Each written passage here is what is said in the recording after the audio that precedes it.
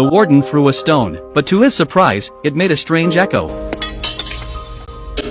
He went up to look at it carefully, and found that the stone had penetrated the newspaper. He pulled the newspaper off the wall. He realized that a passage had appeared in front of him. Someone has escaped. The warden sent out a team to look for the escaped prisoner. It wasn't long before they found a prison uniform in a ditch outside the prison. They also found his escape weapon, a small, rusty stone hammer. No one would have guessed that this shocking escape would take a man 19 years. In 1947, a new group of inmates arrived at the prison, and the inmates were very excited, because it was customary. They would bet on who would be the first to break out. A lot of them chose the fat guy, but Reed chose tall, skinny Andy. As the newcomers were brought into the prison, they were hosed down with a high-pressure water jet. Then they're sprinkled with antiseptic powder all over their bodies. The first day in prison is always a tough one. Every inmate knows it. But what Reed didn't expect, this time he made the wrong bet. Weak Andy didn't say a word all night. Instead, it was the fat little man who started to cry.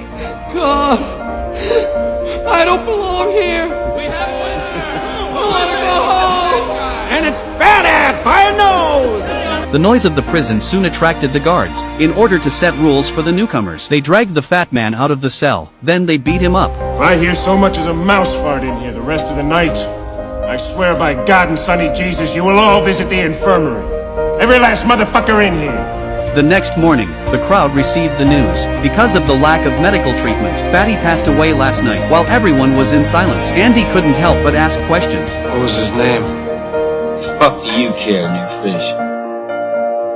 Doesn't fucking matter what his name was, he's dead.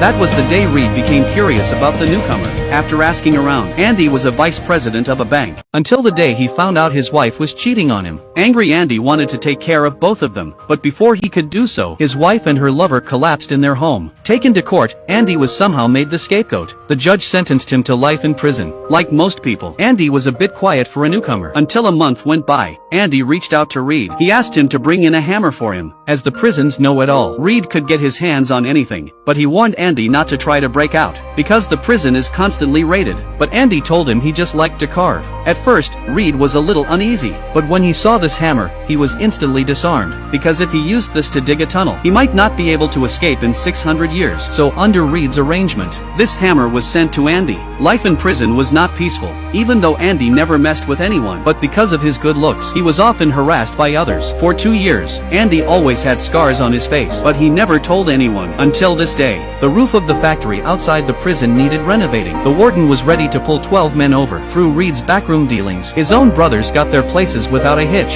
To Andy's surprise, he was on the list. That day, Andy was doing his job when he heard the sheriff complaining. He's upset about the high inheritance tax. When he heard that, Andy, a banker, walked right up to him. The sheriff thought he was going to do something, so he tried to push Andy off the roof. And that's when it happened. Andy was in a hurry to explain. If you want to get $35,000 out of your estate, you have to give it all to your wife. Because the IRS allows up to $60,000 to be given to a spouse as a lump sum tax-free gift. But in order to do that, someone would have to write the application for him. Andy can help him with the paperwork. That way, the sheriff can even save money on a lawyer. And as a reward, Andy only hoped that when the job was done, Andy only wanted 3 cold beers for each of his colleagues.